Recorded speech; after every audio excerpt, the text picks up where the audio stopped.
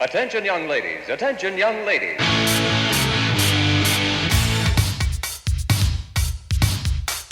Attention young ladies, attention young ladies. In a time when hats were hats, I had no Canadian flag, just a sign of Dave and Roger, too scared to purchase larger. But I walked through the Clyde Valley, in the shadow of fiery Jack, I will fear no evil, wrapped in the Canadian flag. There are ladies on the way, there are ladies on the way, there are ladies on the way, there are ladies on the way. Away from the number, away from the number.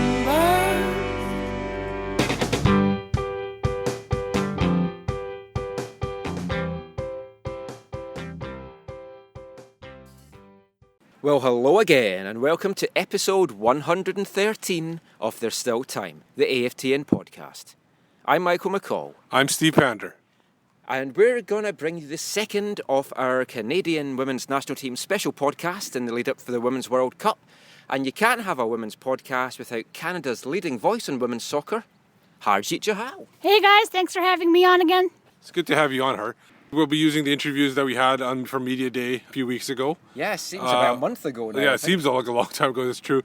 Last podcast we kind of talked in generalities. I think this one we want to talk with the game coming up against England in Hamilton, the World Cup another week away or so. But we want to break it down a little bit deeper and get some more insight from Har about this team. So let's start off with the players that are going to be defending the goal, the goalkeepers themselves. I think Erin McLeod is going to be the number one keeper. And back in 2011, there's a lot of people talking like where she ranks amongst the goalkeepers in the world. Where is she right now amongst the goalkeepers in the world? I think she's one of the best goalkeepers in women's football. John's already declared her one of the number ones in the field of women's goalkeepers. So she's definitely on top of her game. She's playing very well when she is with the Houston Dash, her club team. She's done very well for Canada. So I think Erin McLeod's a very strong goalkeeper, and she's going to do very well at the World Cup. If, God forbid, something happens to her and there's an injury leading up to the World Tournament or during the tournament, you got Karina Leblanc and Stephanie Labbe backing her up. Leblanc offers the experience. Labbe is a little bit younger and maybe more in the prime of her game. Who do you think they go to? Do they go to Labbe or do they rely on the experience of Leblanc? I think they would definitely go with Stephanie Labbe. She's proven in the last couple of years that she's elevated her game, and she's shone very well for Örebro in the Sweden Damallsvenskan League. She was up for goalkeeper of the year last season, and she's just made a lot of strides, and she helped carry Örebro into the Women's Champions League for this coming season. So I think Steph Labbe's been very, very well on her game, and I'm not sure that Karina's really gotten that many opportunities to play with Canada in the last 18 months. Steph's done really well, and I think if something were to unfortunately happen to Erin, I think John would turn to Stephanie Labbe with no hesitation. The thing with Karina as well is you want her in the locker room just because of the personality that she is. She's got the experience from being at previous World Cups and being at the Olympics. And what I would ask you, Har, though, is do you see Erin playing all three of the group games, or would there be a chance that John Herdman may want to give one of the other keepers, maybe Stephanie, a chance just to get a feel of the tournament and to kind of get out there in the early going just in case she is called upon later? Especially if they wrap up the group in the first two games and there's really nothing to play for in the third. No, I would still go with Erin because you don't want to disrupt a goalkeeper's rhythm. You know, they're always superstitious, those goalkeepers. So I would play Erin those three group stage matches. I don't think they'll wrap up the group within the first two matches. Obviously, you want to finish first so you can get that quarterfinal match in Vancouver. I think Steph would be great if she did get some action, but I would just ride Erin McLeod until you get to the gold medal match. So as long as no injuries crop up for any of the goalkeepers, I'd say it's Erin's to take and run with it. So we've talked about Erin. Let's hear from the lady herself. Really fascinating girl to chat to. We had a really good chat with her. So let's just hear from her now. Canada's #1 goalkeeper, Erin McLeod. Keeper, you just made a decent save. So why do you feel the need to rant and rave? Screaming at defenders makes you look dead stupid, especially when they haven't done much wrong. Please cease the trait. So we're joined now by Canadian Women's National Team goalkeeper Erin McLeod. Thanks for speaking to us. Big day today, the roster was announced. Obviously you were always going to be on it, but that kind of went without saying. But with the goalkeeping situation just now, I mean, you're the #1, but how much pressure do you feel under to have to go out right away and perform when you've got the other two girls, Stephanie and Karina, pushing you so hard? Yeah, I mean, I think... thank you, first of all. And yeah, no, I mean, I think I feel very lucky, and I think they would say the same, I hope anyway. We have a really good group of goalkeepers. I think, to be honest, we can't afford to take one day off with this group, let alone playing in a big tournament. And that's the beauty of it. I think it's fair to say we're all friends, but we also expect the most and keep each other accountable. So, yeah, of course I feel pressure. Karina and Steph both bring different strengths than I do, and of course you never want to let anybody down. But I think the coolest thing about this group is they support me 100%.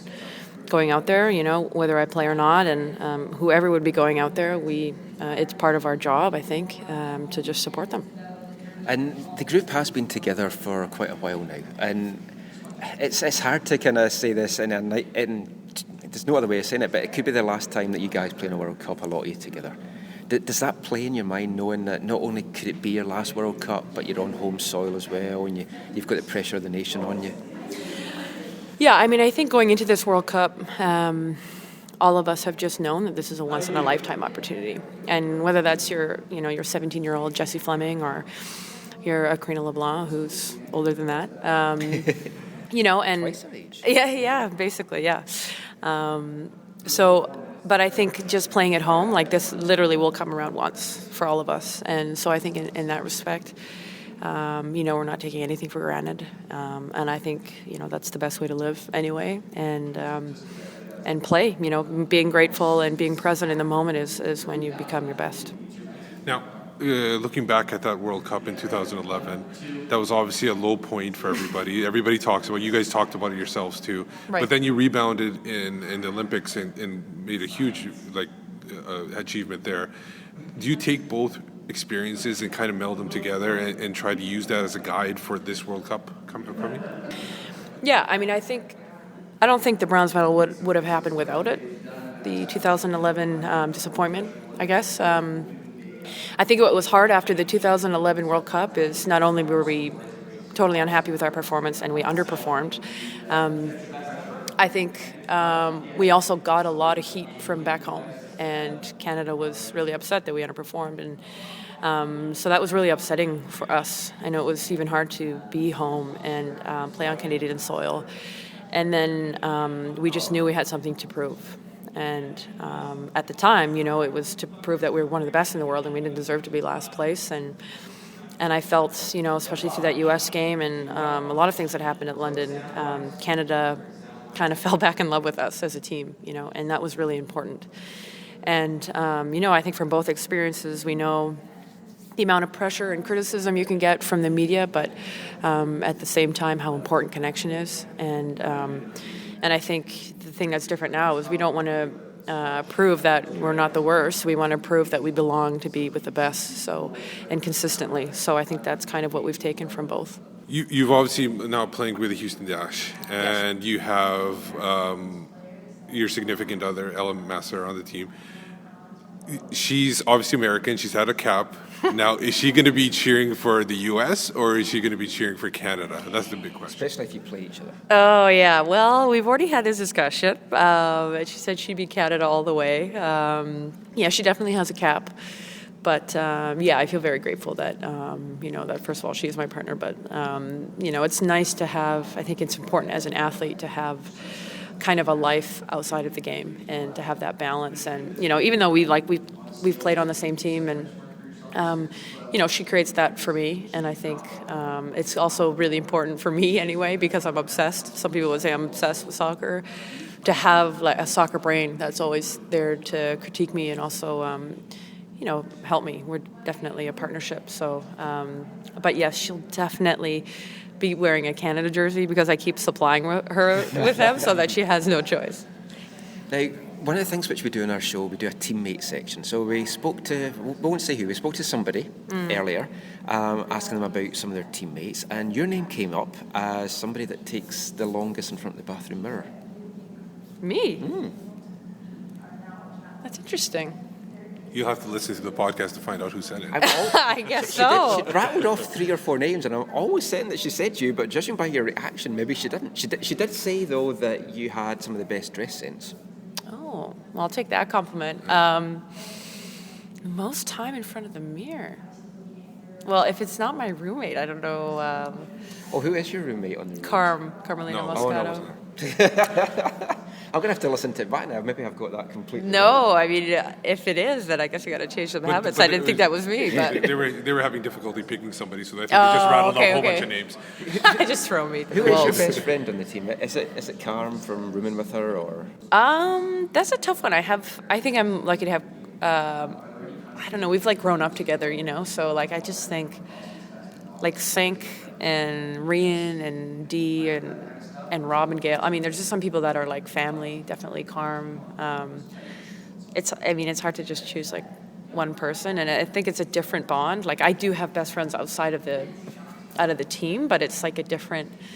Even if I'm not close with some of the people on the team, it's kind of I don't want to say a brotherhood or whatever, but in 15 years down the line, I see someone and they need help on this team. I wouldn't even bat an eye. Now, your website, you have a website. Yes. You have a couple headings. Obviously, one is the athlete. Yes. And then you have the artist and you have the speaker. Mm-hmm. How has the artist and the speaker helped you be a better keeper?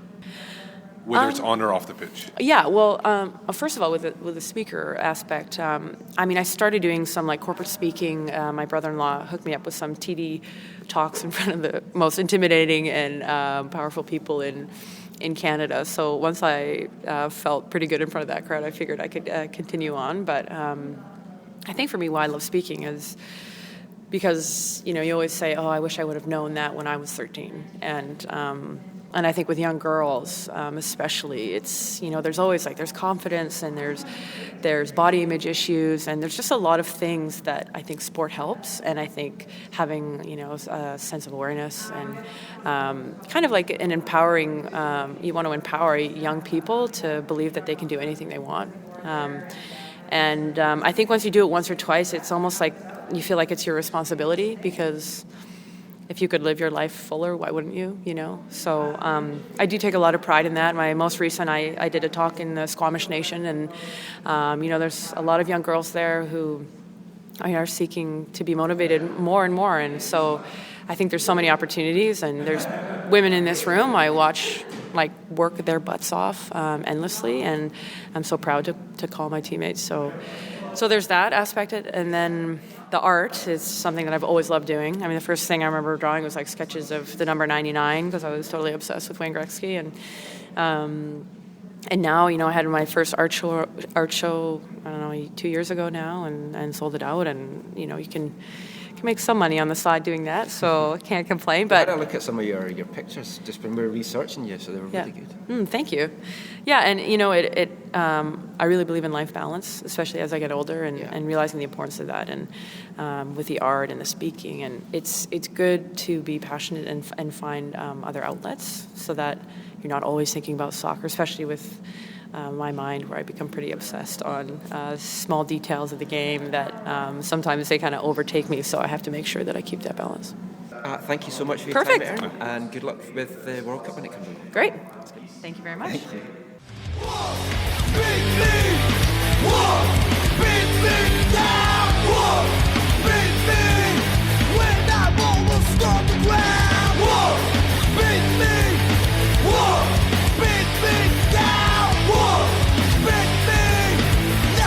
Never will beat me down. So that was Erin McLeod there. Fascinating lady to talk to. So many other interests as well outside of football. I mean, if you haven't checked out her website, definitely check it out. Some of her art stuff is it's amazing. And whenever she does decide to hang up the boots, and chances are this is going to be her last World Cup, although goalkeepers they do last a little bit longer, so she might have one more in her. She might fill the kind of Karina Leblanc role in the next squad in 4 years' time, which is going to be in France. But she's definitely got a bright future ahead of her in whatever she decides that she wants to do. And another goalkeeper who definitely has a bright future ahead of her in whatever she wants to do is Karina Leblanc. We've all seen her doing the funny videos on YouTube, and she's done a lot of TV stuff. She's definitely going to have a career as a presenter ahead of her. And she's somebody, like we talked, that she might not, she's probably the number 3 choice in the team just now, but she's the kind of girl that you want in the locker room. Somebody that is really bubbly, has experience, and can bring a smile to the girls' faces, and she can definitely do that. And she certainly brought a smile to our face, Steve, when we spoke to her, and although it might not sound it when you hear this, we actually did bring a smile to hers as well. We were just playing up for the radio. Last time, if you listened, we did a teammate section with Emily Zurer. So now we're going to do another Canadian Women's National Team teammate section with veteran goalkeeper Karina Leblanc. We are the most reliable, definitely undeniable. It's like we're UNIable. Teammates,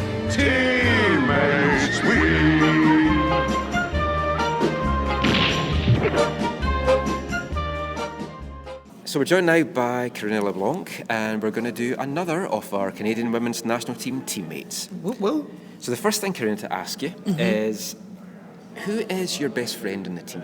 Oh my God. It's been like, I've been close to like some of them for 12 years. Yeah. So they all serve their own purpose in my life. I think I'm the craziest with Melissa Tancredi and Emily Zurer. Probably because those are the two that I room with most. And then Kadisha Buchanan and she's my little sister, so we call each other Big Sis and Little Sis. I mean, it's just different relationships with everybody. I mean, I think you can tell for me, like, I'm pretty crazy, so. Oh, well, and we also realised when we were speaking to Jessie that you're twice her age. Yeah, I call her my daughter, and she calls me mom. Yeah, but she's actually my mother, and I'm her daughter, if you'd see our relationship. I think from speaking to you both, I could kind of see that. Now, over the years, who would you say is the best player you've played alongside with? Could be at international, could be at club level. Well, obviously Christine Sinclair. She's just, I remember when she came into the team when she was 16, and she was in the 6-yard box, and most kids, most players will just blast it home.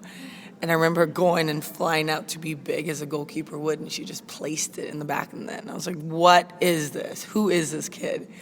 And you know, from then, like, I just knew she'd be special, and she's turned into one of the best players in the world. And, I think I'm obviously biased because I've become great friends with her. So she's a great person as well, and I think it's just a combination. So the answer's easy for me, Christine Sinclair. And if you looked at just all the female players around the world, no matter what nationality, who would you love to be Canadian so that you could play on the team with them? Love to be Canadian, jeez. I mean, there's players in different countries that I love them for different reasons. I'm good friends with Aya Miyama from Japan. She's, again, a great teammate. I was her teammate in Los Angeles, and we stayed in touch. I think I'd love to be a teammate of hers because, again, she's a great person. She's a phenomenal player. She sees the game so well. She's so dangerous. There's French players, there's so many players in the world. I mean, I'd love to have teammates, but as cliche as this is, I just love my team. I wouldn't change these girls that I'm stepping on the World Cup field with in 40 days and when the World Cup starts with anyone else, because honestly, it's more than just the soccer, it's the people, and they're phenomenal people. And when you have the opportunity to surround yourself with just incredible human beings every single day, it's just something you wouldn't change for anything. As good as they are, this is your chance now to throw some of them under the bus a bit. Absolutely. Who do you want to know? I love them. Now tell me. Who's the best trainer on the team? Trainer? What do you mean? Like, who trains the hardest out there? Like, everybody. I thought you wanted some juicy. Oh, we're getting No, to here's it. the thing. Like, honestly, everybody at this stage, there's no one's cutting corners. Everyone's working hard. I mean, you can go from Sink because she just is hard. Everyone. Rhea Wilkinson, Diana Matheson, I mean, even the young kids. No one's cutting corners at this point. So everyone's out there training hard. Off the pitch, though, who's the laziest? Like, who just lounges about in bed, doesn't want to get up and do anything? Really hard to get up in the mornings. I don't know. Could be you. Can't be me. I'm not a morning person, so everyone would probably be like, the least morning person is KK. Laziest? Nobody. I mean, we're up so early. Like, people don't understand that we start at 7 a.m. in the morning as we're in bed, or our day's done at 7 p.m. So, laziest? I don't know.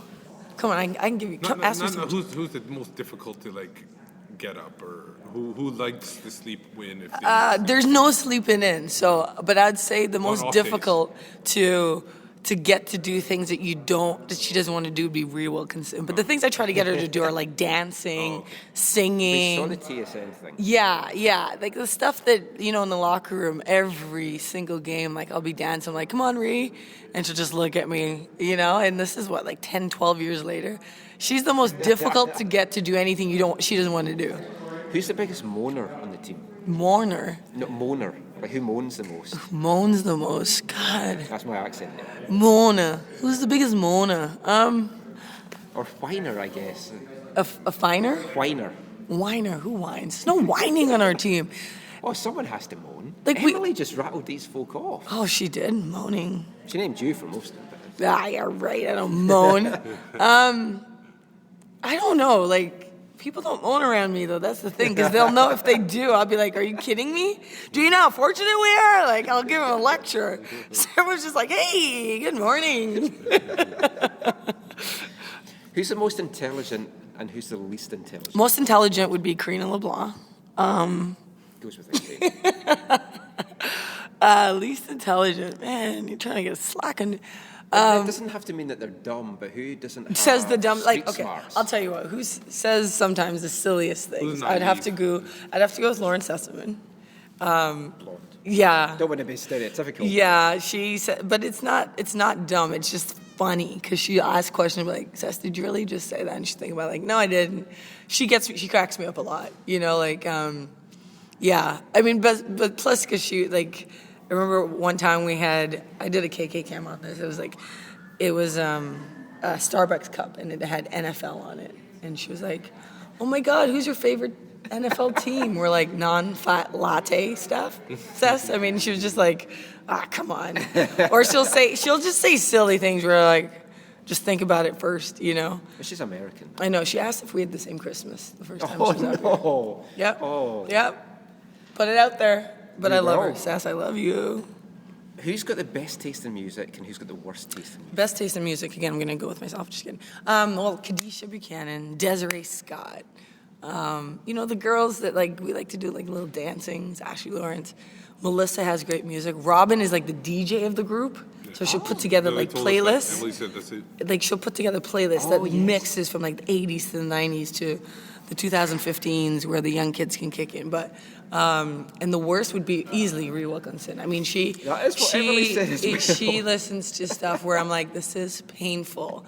She actually listens to podcasts. Yeah. We which were just it's talking like, to her about I was podcasts. like, You're on a podcast just now. There's nothing wrong with podcasts. No, nothing wrong, but right before a game, you're like, ooh, I'm getting ready for the game. Let me hear a podcast. Well, this is a sport. I don't even think I tried to listen once. I made it past good morning, and I said good night, bye. But did you? Yeah, the bye. Did you know today that bye? Did you notice that? Yes. My teammates are making so much fun of me about that. Because I said, come out and share us on. Bye. So now I walk in, they're like, bye. It's trending on Twitter, I heard. So, Oh, God. hey, bye. Now, who has the best dress sense and who shouldn't be allowed to enter the room? Man, you guys just want to Out your keep. You head? want me to keep talking about myself here. Besides yourself. Yeah. Well, Every the question- best hair. Every question is besides That yourself. best haircut was the penultimate one. But people are going to misunderstand me. I'm just teasing, saying myself. Best style. Everyone's got a different style. I'd say Melissa's a unique one. It's fun.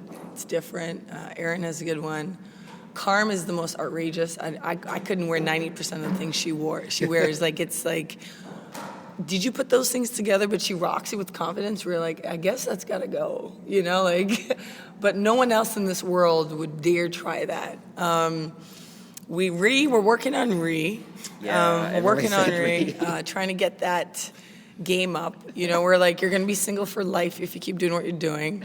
She likes to knit, like we're like, you're under 80. But I had to do knitting at what we call primary school when I was like age 10. yeah, exactly, in school, and you never did it again. No. She does it every day. But she makes some quality stuff though. See, I wish we'd known that before we spoke to her. She 'cause we makes could have some asked her about knitting. she makes some quality stuff. Like she makes stuff like for our nieces and nephew. Like she's good at it, but we have to make fun of her. Let me think, who else?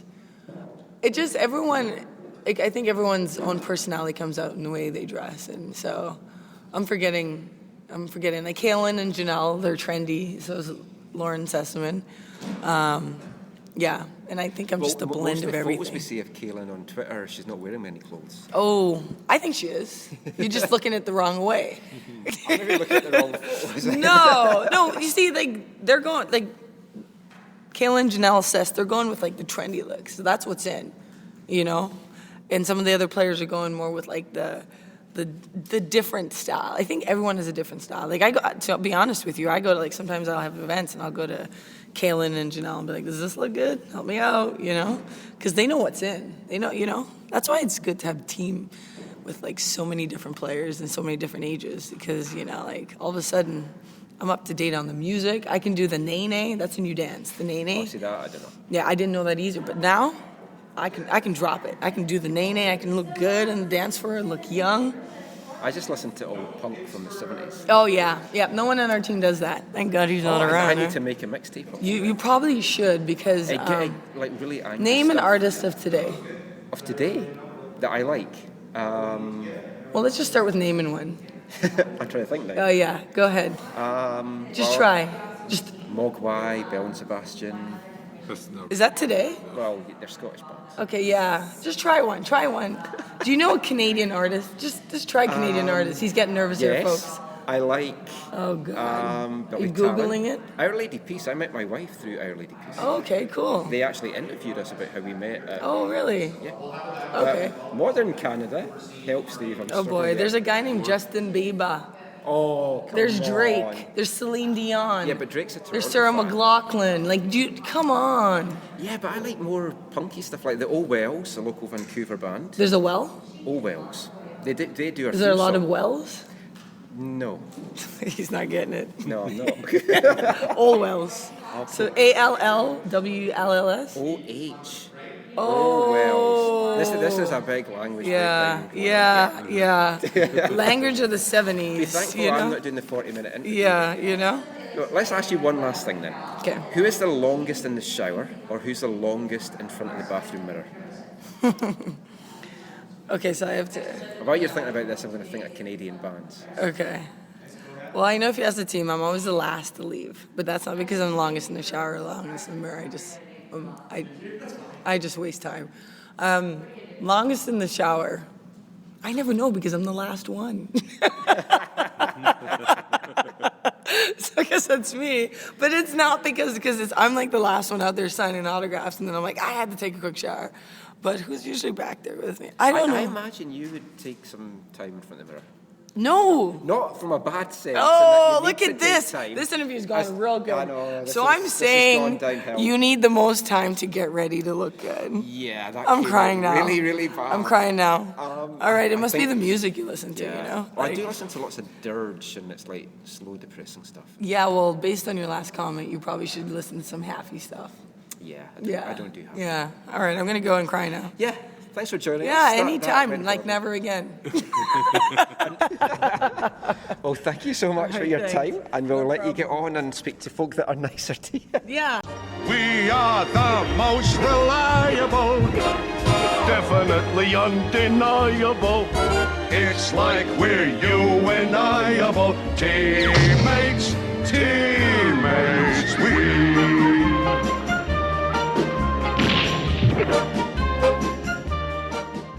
So that was Karina Leblanc. I still stand by my taste in music. We'll leave it at that. Let's go back to the roster breakdown with Har here. The back line, considered a weaker part before. I think in Germany they were broken down quite a bit. But the addition of Kadisha Buchanan, she's only like 19 years old or so. How important is she going to be to this back line? She's already proven in games against the U.S. that she can do it. at the big stage, what do you think she can do? Well, Kadisha's a very young and talented player. Her defensive ability, it's going to be a big asset for Canada. She's going to have to lock down the top strikers and attacking midfield players of opposition teams. And at such a young age, she's very talented. I think she's capable of doing just that. We all know she's had Abby Wambach in her back pocket a few times, and her defensive partner is probably going to be Lauren Sesselman. So as a tandem, they're going to be tasked with, shutting down the opposition, controlling the defensive back line, and really making sure Canada is solid at the back. And I think, Kadisha's going to come into her own at this tournament. John Herdman has called her the Christine Sinclair of defenders. So with that big praise and compliment, she's got a big future and a bright career ahead of her, and we'll see how she does at the World Cup. How vital do you think she'll be in set pieces, maybe going forward, like with her size and everything like that? How will she be able to contribute a goal in certain times in the game? Yeah, she's going to be a target off corners and set pieces. If she can head home the ball, it's going to be a huge advantage for Canada to get a goal from a defender. She showed that she can do that as she scored off a header against the U.S. in Winnipeg last May. So yeah, Kadisha's a threat at both ends of the pitch for defending and, of course, contributing offensively. Okay, so going into the midfield, I think the biggest question about the midfield is going to be Diane Matheson. She obviously is dealing with that injury. We talked about it in the last podcast with her. She's also got the broken foot. If she's not able to go and nobody's really said anything yet, who takes up the slack for her in the midfield in what she provides to the team? Well, Diana Matheson's injuries really opened the door and provided an opportunity for Jessie Fleming. And so far, Jessie Fleming has shown that she can step in and really show off her talent. She's already scored, I believe, in the Cyprus Cup, she scored her first goal. And she also scored last week in a closed-door friendly, I believe, against Mexico. So Fleming's already showing that she can contribute. She's got great ball skills, dribbling. She has a vision that some young players, they don't have at such a young age. So I think Jessie Fleming's going to slide into that role if Matheson can't go. And I think it's a loss without Matheson if she can't play. But adding in Jessie Fleming, it's a big step for Canada, and I think she'll do very well. You talk about the vision and everything else she provides. For a 17-year-old, I think the pressure is going to be the big thing. Does she show the characteristics that she can take on that pressure? Yeah, I definitely think so, Steve. I don't think she's bothered by the pressure. As you mentioned, 17 years old, they see life right in front of them and they just go. She's going to be at the World Cup, and I don't think very much phases her. She sees things as they come. I don't think she realizes this is a huge World Cup and, a lot's riding on it for Canada. She's a very calm, down-to-earth girl. She doesn't get frazzled very much, and I think she's going to fit in very well, and I don't think the pressure will get to her. Yeah, she definitely seemed very grounded when we spoke to her, so let's hear from Jessie just now. Two old men talking to a young girl. If you thought the Karina Leblanc interview was awkward, wait till you hear this one. Yeah. Here's Jessie Fleming.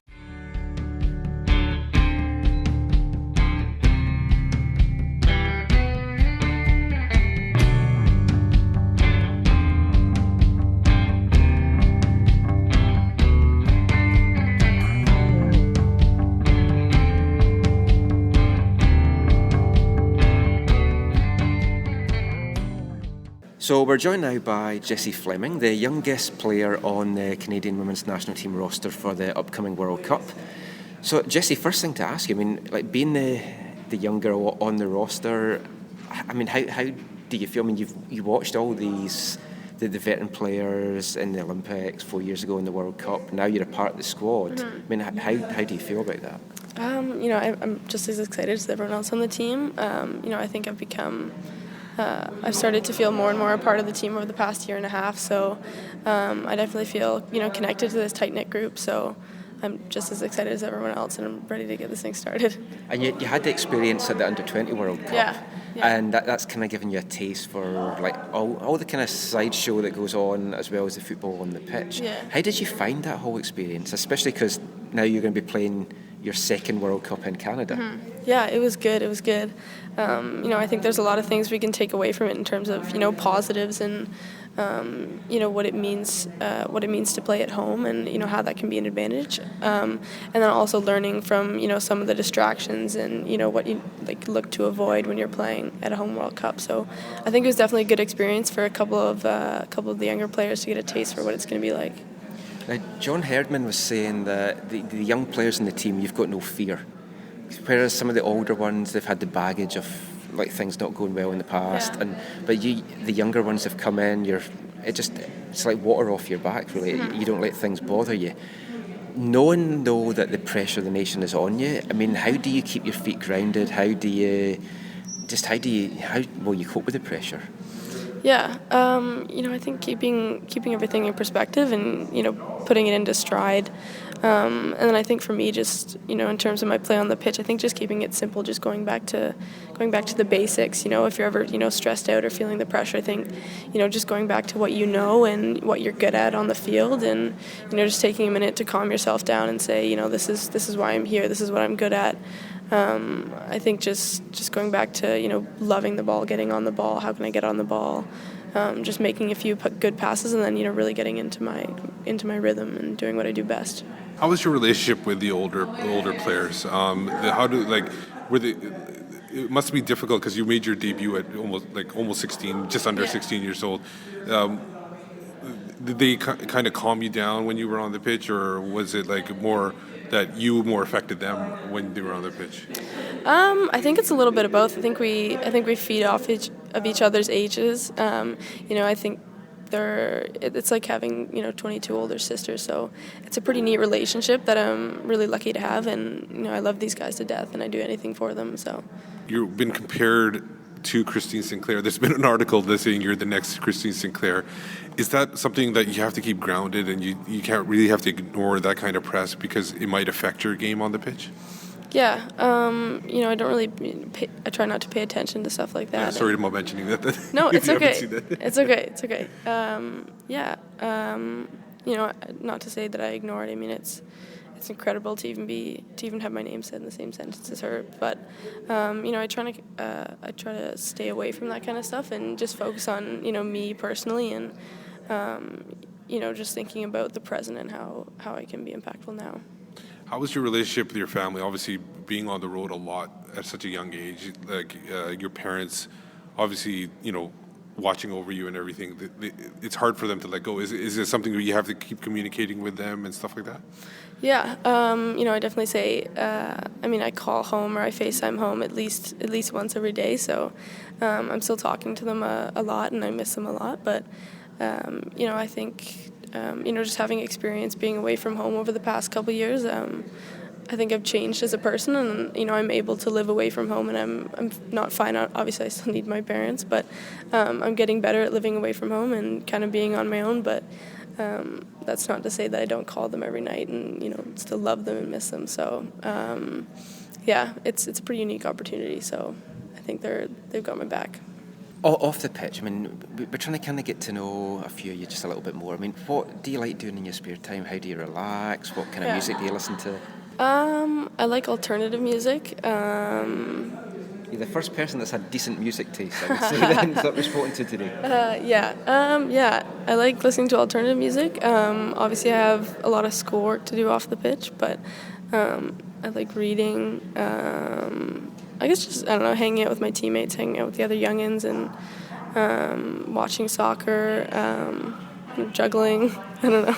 Juggling? Soccer kind of stuff. I'm thinking juggling. No. Is it difficult sometimes when you're out, you're maybe out somewhere else and all the teammates are getting ready to go out in the club and everything, and you have to stick at home and stay in the hotel room and occupy yourself? Yeah, a little bit, I guess. I mean, obviously I miss out on a couple things, but it's not a huge deal. I still get to spend a lot of time with these guys, so it's okay if they get to go out once or twice without me. Have they tried to sneak you in a couple places or no? No. You can't say it on the air? No, it's the proper answer. Who is your roommate on the team? Like when you're on the road, who is it that you? It's changed a bit. I mean, I've only been on the team for a year and a half, so. And within that year and a half, we've kind of switched it up. So I've been roommates with a lot of people. So I'd say I've been roommates with probably 10 different people in the past year, so I don't have a consistent one Yeah. yet. I know a lot of them have, just because they've been on the team for so long, but since I've been on the team, we've kind of been switching things up to get to know different people, so I guess we'll have to see who it'll be during the World Cup, but I don't really care, so... We've been doing a kind of teammates thing where we've been asking certain players about certain other players. Yeah. So we'll do a quick one with you just now as one of the newbies in the team. Okay. So who would you say has the best dress sense and the worst dress sense in the team? Okay. You can critique them all because you're younger. Okay. Best dress sense. There's some pretty well-dressed people on our team, so I don't know if I could nail down one for you guys. I love the way Em's dresses. Emily Zur. Tank's well dressed. A lot of them are well dressed. Those are the first two that came to mind. I guess Kaylin and Janelle are both really well dressed too. So those are four that came to mind. Who's a nightmare? Who shouldn't be allowed to dress themselves? Just say John Herdman, it'll be safe. Oh, don't give her that. Don't give her a night. I don't know if anyone's a nightmare. I mean, obviously there's different levels of well dressed, but maybe Rian. Who doesn't care? She probably doesn't care about her dress Probably, too much. yeah. Rian was named by Emily as well when we did it. I feel bad though. It's not that she's a poor But she dresser. just doesn't care about it too much. Well, She doesn't. Maybe I don't know. She's comfortable. And who's the longest in the shower? Who's the longest in front of the bathroom mirror? I'd probably say maybe Kaylin or Janelle would be the longest in the bathroom, but I don't know. I haven't roomed with everyone, so I'm not completely sure who's the longest in the shower. But I don't know. And just going back to like the World Cup that's coming up, what are you looking forward to most? Is it that first game when you run out onto the pitch, or is it just the fact that you're going to be playing for your home country and everyone's watching you? I mean, what's the one thing in particular that you're most looking forward to right now? Just playing, just getting on the ball, being on the ball. I love to play soccer. That's why I'm here. And every time I get the chance to step on the field for Canada, it's like the first time. So I'd definitely say just getting on the field. And like after the World Cup's over, like longer term, I mean, what are your hopes? Are you looking to play NWSL, or are you maybe looking to go overseas and to Europe Or college. Yeah. Well, I'm definitely going to college for 4 years. I'm actually going to UCLA. So. Oh, nice. Yeah, starting in 2016. So that's exciting. And then after that, in the long run, I guess definitely looking for an opportunity to play either in the NWSL or in Europe, just whatever comes up. Definitely looking to play professionally for a bit. So thank you for joining us. Good luck with the World Cup. Thank you. And enjoy the rest of your day. Okay, thank you. Great. Thank you so much. Thanks a lot. Thanks.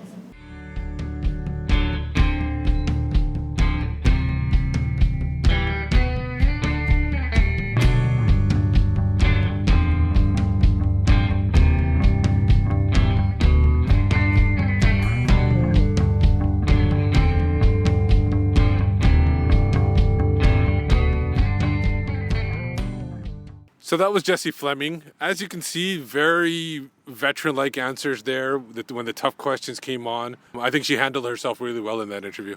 Yeah, and we were only joking about it being awkward. She was another great girl to talk to, and the pressure is definitely on her, but she seems to handle it so well. Everyone's compared her to being like the new Christine Sinclair. And it seems like anybody who is any good is going to be compared to Christine Sinclair until the end of time, it seems like. Yeah, and that's a hard thing, I think, for any young Canadian girl that's going to come through now.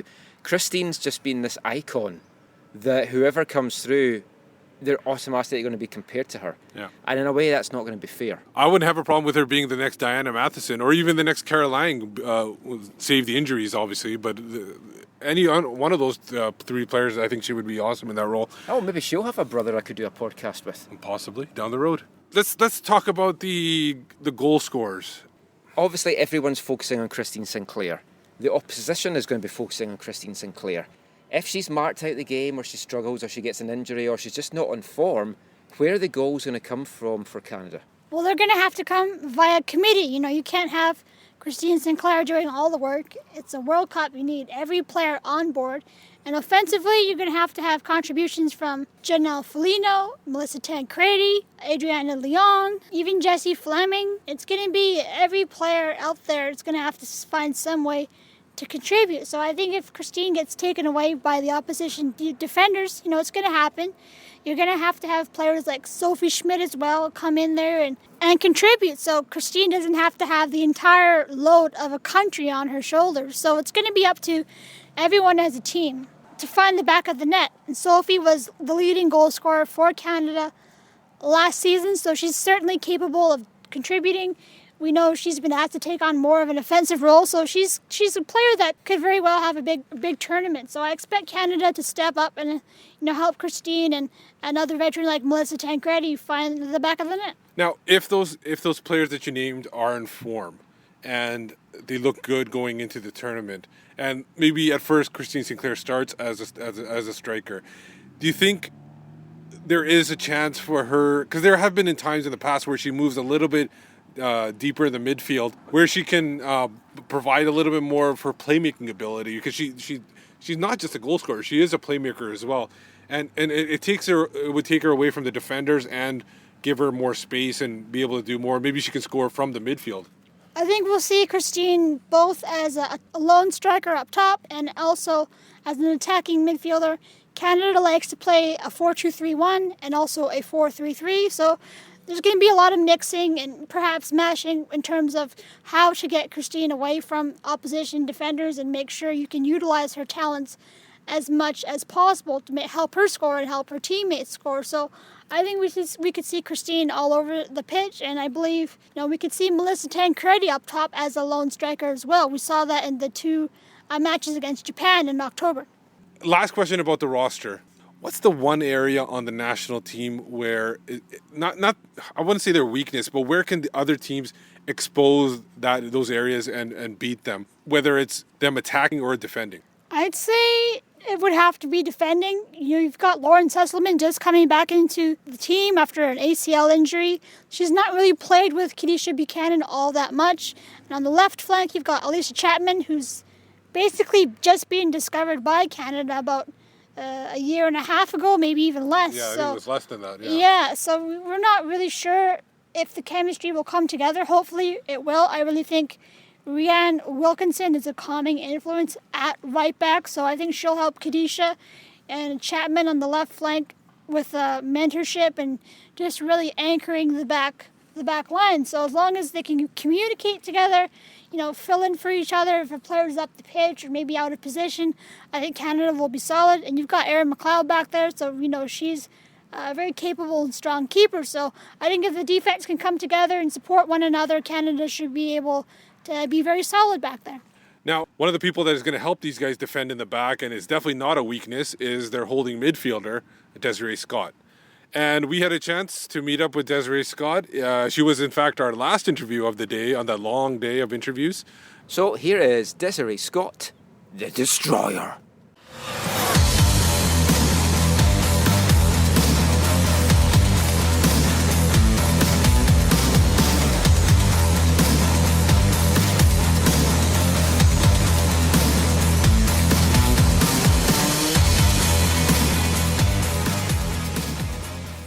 So we're joined now by Desiree Scott, and first thing to really ask you, Desiree, is obviously named on the Women's World Cup roster, World Cup on home soil. You're going to have been asked this about 20 million times, but what does it mean to play a home World Cup?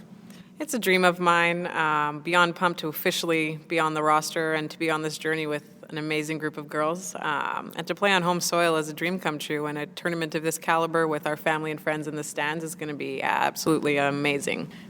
Looking ahead to it, not specifically looking about how far Canada goes or how well you play, but what's the one thing in particular you're most looking forward to right now? For me, it's to have my family actually in the stands. My family's only seen me play for Canada once before in Winnipeg, so this is going to be cool. They're making the trek out to watch me play in Edmonton, and also just to see the boom of the crowd and to see the sea of red when we walk in those stadiums that we play in and to hear the noise and just to feel that vibe, I think, and that energy will be really cool. Now, your club soccer, you're playing with Notts County in the English Premier League. Now, I moved over here in 2007, but when I was over there, I've got to say, women's soccer was not highly thought of at all. I don't know, has it changed? I know BBC's got your weekly highlights show, which is a step forward, but was always, I don't want to say a joke, but it's like it was a butt of jokes in a lot of the male-oriented soccer shows. Has it changed any? I think when you're competing against the men's over there in the English Premier League, it's tough. At least the Notts County male team's not that good. So our side is doing pretty good. We got about 1,500 people out to our games, which is decent. I definitely think there's room for improvement, but the league's growing. You know, it's getting more recognition. More players are heading over there from overseas, and I think a little bit of work, it can be a very good league over there and get some more credit. What made you decide to go over there instead of like staying with NWSL? It was a bit random, actually. My agent approached me and said, "Hey, what do you think about going overseas?" And I'm 27, never left Canada really. Playing in the NWSL was my first time leaving my hometown of Winnipeg. But yeah, it was something I thought I needed to do for part of my career. Never had the opportunity to go. If I said no, I probably would have regretted it. So at the time in my career, I thought it was the right move, and I enjoyed going over there. I loved it. Now, your nickname of the Destroyer, like I've got to say, I know we're not meant to have favourites and stuff, but like you're one of my favourite players. The way that you play is how I like to see soccer players play, because you go in hard, you don't shit out of tackles. It's like I love that. I mean, where did the Destroyer, who gave you that name, first of all? Yeah, it got coined by John Herdman, our coach, actually, in 2012 Olympic qualifiers here in Vancouver. He was interviewed afterwards, and they said, "Tell us about Desi Scott." And he just said, she's destroying him out there, and it stuck. So I love the nickname, personally. I think it makes me feel like a mini superhero. And those big tackles you talk about, that's my bread and butter. I think that's what I'm known for. It's what I enjoy. It's just sort of something that I've brought to my game and something that I hope sticks around, and it's about being fearless, really. I mean, a player that does that, obviously the risk of injuries are more, because it's like I tackle like that as well. We had a Whitecaps media match in which I broke some ribs doing a tackle like that That's on the great. BC turf pitch, which at least you're going to get a different pitch if you land on that. But how... I mean, you obviously can't go into tackles with anything like that in the back of your mind, but have you had injuries, like, from the way that you play?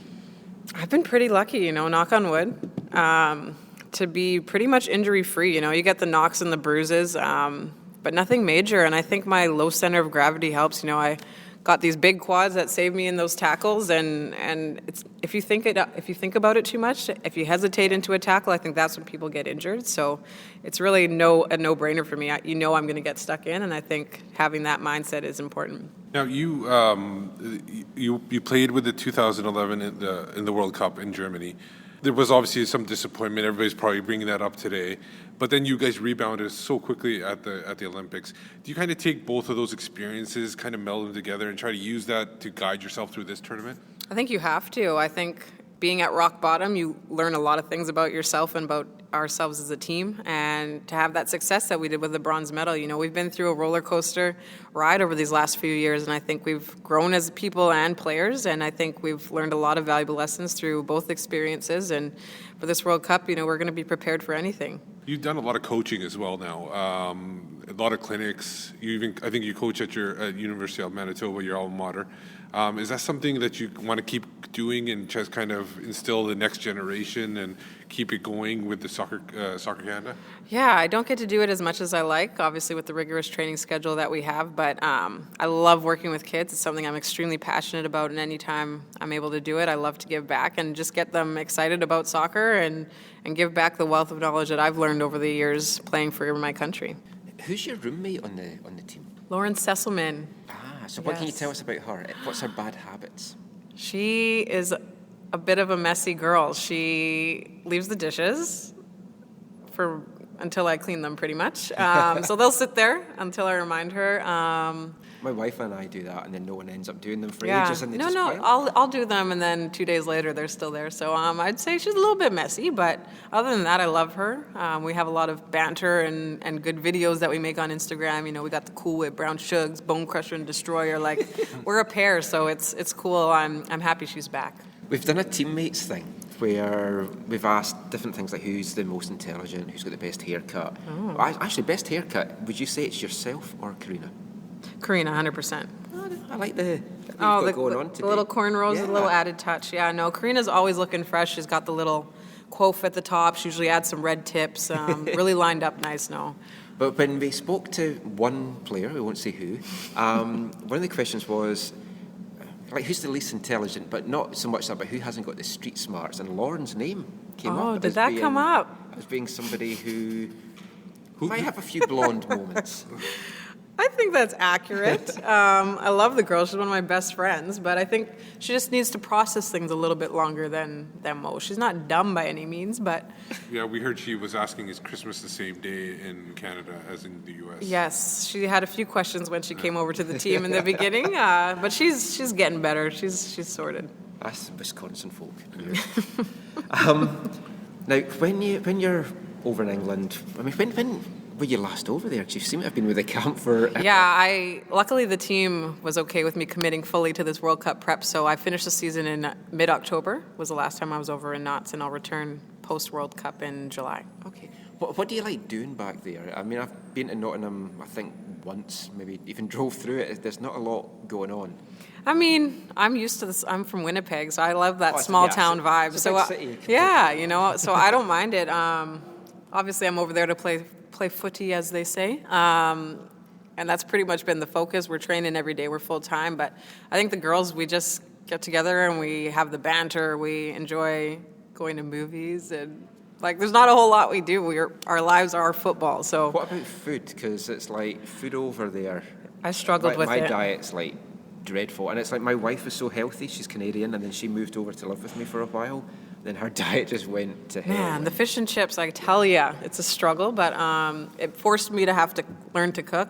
It's not one of my strong points, but I actually went out and grocery shopped a lot and had to cook. Otherwise, I probably would have came back in season 10 pounds heavier, so. Well, that's great. Thank you so much for your time, Desiree, and good luck with the World Cup. Yeah, appreciate it. Thank you. Thank you. Awesome.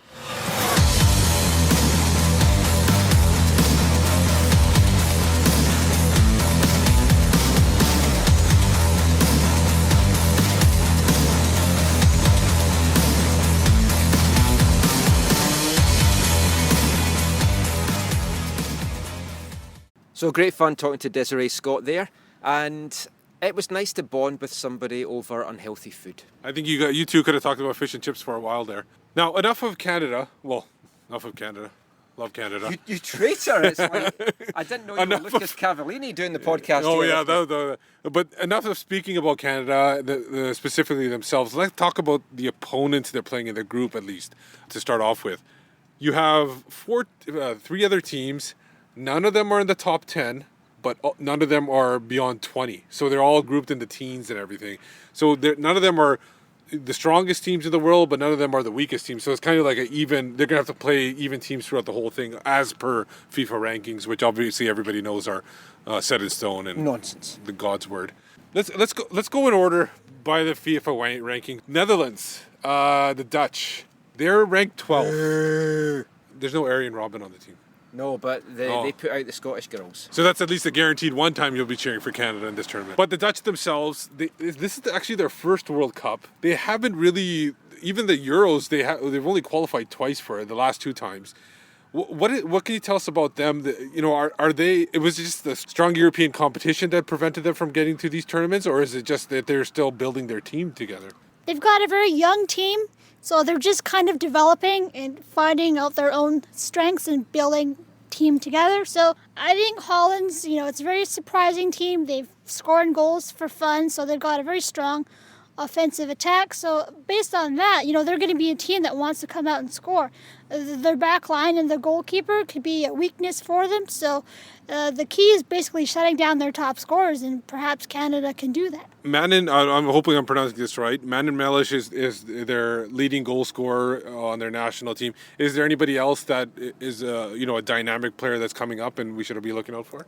Yeah, Vivian Miedema, she's still a teenager, and she's scoring a whole bunch of goals. She's setting records for Holland, so she's a very strong player, just so young, and she's already accomplished so much. So a lot of people are picking her to be a surprise player that can really have an outburst at the tournament. So I think she's going to be a player to watch that many people maybe over here aren't quite familiar with.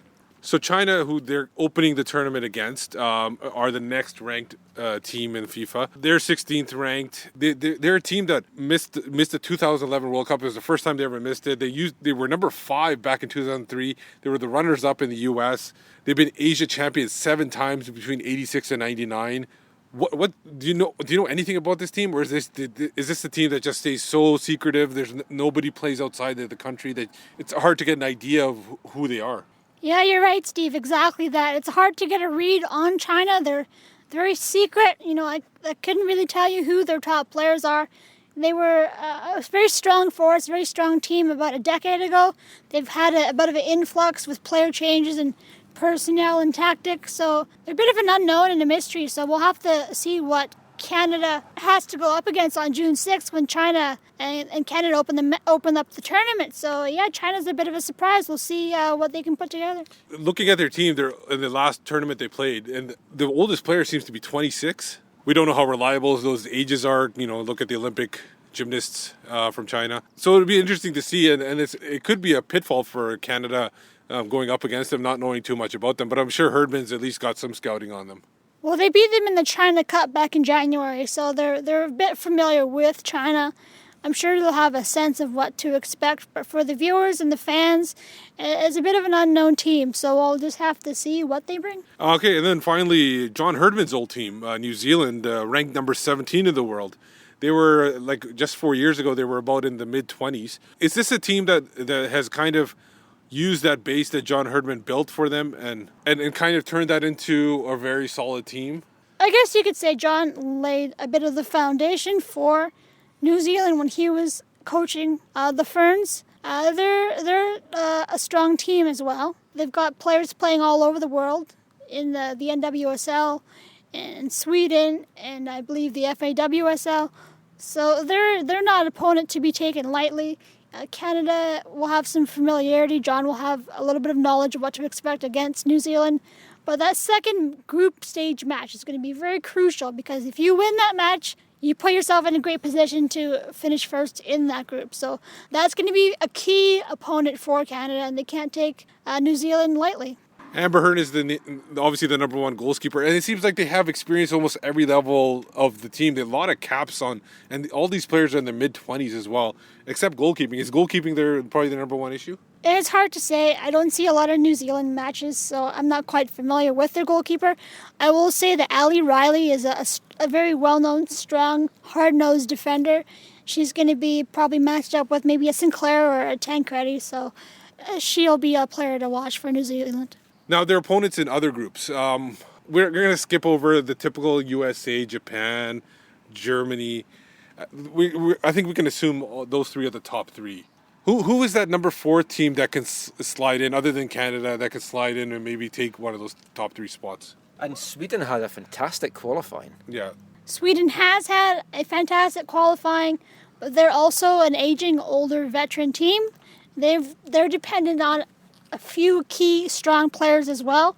And they're certainly not young players. You were talking Lotte Schellen, Nella Fischer, Caroline Seeger, all very strong veteran players, midfielder, striker, defender. So they've got to get contributions from young players like Olivia Xu, Malin Diaz, and try to do the same thing with Canada, is have their young players step up and perform. So I think they've got Pia Sundhage, one of the best women's football coaches around. So tactically, they're going to try their best, but they're in the group of death with America, Australia, and Nigeria. So it'll be a tough tournament for the Swedes, and really they could finish 3rd in that group.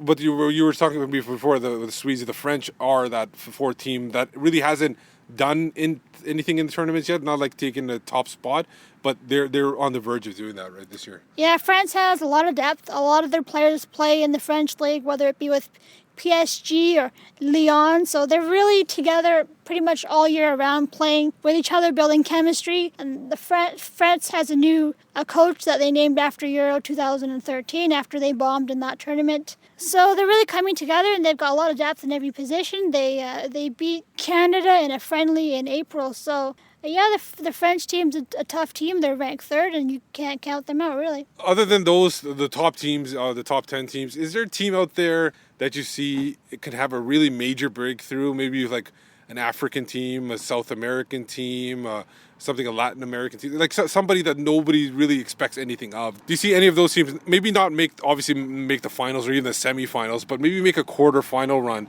and advance their sport in their country? I'd like to see Spain and Switzerland do well because they're unknown European teams. You don't really hear too much about them. Spain's got a tremendous offense like Holland, so we could see a surprising team, maybe Spain or Switzerland, or certainly an African team. But yeah, this tournament's all going to be about surprises and who can pull off the upset, so it'll be fun to watch. Do you think this World Cup will be a little bit more wide open than previous World Cups and have maybe a little bit more surprises in it? It's hard to say. There's certainly a lot of attack-minded players on a lot of the top teams, but the goal is to prevent goals. And if a team goes up against a stalwart, strong defensive-minded team like a Germany or a France, they could shut the door for 2-3 games in a row. So obviously you want to see a lot of goals scored. You want to see players shine, but we won't know until that first kick is taking place. Well, certainly a lot of teams to choose from. Something else which you usually find a lot of choices in is jam. So my question for you is, if you were watching a game, what would be your jam of choice? I'd have to say that I prefer raspberry jam. I put it on the English muffins, try it on the pancakes. I got this really, really great kind over in the UK when I went on the tour of Wimbledon last August. It's this little tiny jar. I don't know what's in it, but it's amazing. So yeah, raspberry jam is pretty awesome. Yep, I'm always one to bring the hard-hitting questions, and I did just that to some other members of the Canadian women's national team. So let's hear now from Emily Zurer, Rhian Wilkinson, Alicia Chapman and Diana Matheson about what their favourite jam is. What's your favourite jam? Traffic jam. What's wrong with raspberry? What's wrong with plum? How's about a blob of elderberry on a scone? What's your favourite jam? So if we were to ask you, Emily, what is your favourite kind of jam? Like jam as in jelly? Yeah. Oh. If you had a scone and you wanted to put some jam on it, what would you spread? Okay, raspberry, for sure. So, if I was to ask you what your favourite jam is, Rhian, like if you're having a scone or something afternoon tea, what would your favourite jam be? Raspberry. Now, Emily said raspberry as well, and we've only asked 2 people so far. This is kind of getting weird. Yeah. Well, see, you'd say strawberry mostly, but raspberry just has a little bit of tart. Yeah. I'm strawberry and rhubarb, that's my thing. Oh, it's a good one. It's a good pie. So before we finish, we're asking everyone, what is your favourite jam? Like spread. If you had a scone and you're going to put some jam on it, what would your jam of choice be? Okay. Or is it maple butter? Yeah. That you would put on. You I know, thought you were going to ask you weird if there was maple butter, I would definitely put that on. I'm a little hooked right now. I'm interested. I've never had it. Is it like maple syrup or just syrup mixed with butter? I don't even know. You just gotta try it. I'm gonna have to try it. You gotta try it. Ask Jose. So good. Yeah. Can I speak? So, would you pick a jam or would it be maple butter? I mean, I'd go for a standard strawberry, I guess, but... Strawberry and raspberry are the two. First few folk we asked were all raspberry, and then it's all turned strawberry. Apart from someone, can you guess? Erin, sorry. I think it was Erin that did something different. Yeah. Cranberry and jalapeno. That's her choice. Okay. Yeah, not sure. To each their own. Yeah. Diana, if I was to ask you, if you're sitting down, it's afternoon tea, or you're having a scone or something, and you want some jam, what's your favourite kind of jam? Ooh. I kind of sway sometimes blueberry, but I'm going to go with raspberry right now. That's just... Every single one we've asked has said raspberry. Okay, I'll go back to blueberry then. Okay, I want to be different. This is getting weird. Okay. What's your favourite jam? So that was us jamming there with some of the women from the Canadian women's national team. So just before we wrap up this episode, we're going to go round the table. So what I want to know from everyone is, how do you think the Canadian women are going to do? And what is your tip for winning the tournament? I think Canada will top Group A. I think they will finish first. They'll play a quarterfinal in Vancouver. They should definitely win that quarterfinal. After that, it's a toss-up, so we're not quite sure what to expect. But yeah, anything but a first-place group finish would be a disappointment, would be underwhelming from Team Canada. So I'm expecting them to finish first and win the quarterfinal. Anything after that would be a bonus cherry on top. And who do you think wins the tournament? I've been saying this all along. You've got to go with Germany. You cannot count out Germany. They hosted the last Women's World Cup. They didn't do so well. They've got so much depth. They've got scorers like Anja Mitteg, Alexandra Popp, Celia Sasic. Even with Nadine Kessler injured and missing the tournament and Louisa Wensing out as well, they've still got so much depth at every position. And we know Nadine Angrer is still a top keeper. I think Germany is the top team to win the tournament, and that's my pick. I want any team but the U.S. to win. I'm thinking Japan repeats, and I think Canada wins their group and makes it to the semifinals.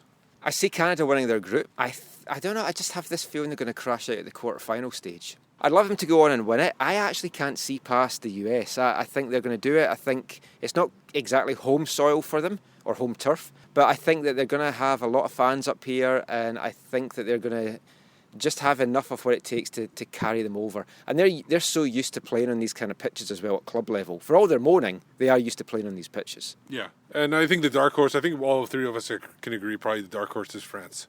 Hara's shaking her head there. Who's your dark horse? I'm going with Sweden as my dark horse, which is kind of unusual because they're all blonde. Okay, if we're going with a dark horse to win the tournament, I will go with England, even though they're ranked 6th. But that's it for this episode. We've gone on a bit, but hopefully you've enjoyed it. Lots of good chat, lots of good audio. So just before we go, Har, first of all, share with us, what are your plans for the World Cup? I know you've got a lot of trips booked, so where are you heading off to? I'll be in Edmonton, and I'll be in Montreal, I'll be in Vancouver. So I'm going to cover all 3 Canada's matches. I'm going to cover England's final group stage match in Montreal. And also, I'm going to be back in Vancouver for the first group stage matches here as well. So about 10 matches in total you'll be covering in the opening round. It might have been easier actually to ask her where she wasn't going. Yeah, exactly. I'm going to be at all the games at BC Place. I'm not venturing outside of BC. And I'll be sitting on my couch watching the games. And why is that? Because I didn't get accreditation. And why is that? Computer I missed says the no. deadline. But if anyone's listening from FIFA, which obviously we know that they are, Steve's still looking for accreditation, so get in touch. So just before we do go, Har, let everyone know where they can find you online and where they can read your stuff online. You can read my Whitecap stuff at Red Nation Online, and you can read my women's coverage in the national team of Canada over at Equalizer Soccer, so I hope you enjoy that. You can find me, Steve, on Twitter at WhitecapsBeat. I will not be tweeting because I will take my normal fetal position during any Canadian national game. And I'm Michael McCall. You can read all my stuff at AFTN, aftn.ca. You can also read all my Whitecap stuff on MLSsoccer.com. But all that's left for us to say is good luck to Canada. Wish the girls all the best. We're going to hopefully have maybe a couple of podcasts during June during the World Cup. We'll see what we can put together for that, what guests we can find in the city. A lot of folk coming to Vancouver. Hope you enjoy it. Hope you enjoyed this podcast. So until next time, thanks for listening. Take care. And on the national team. And there's still time.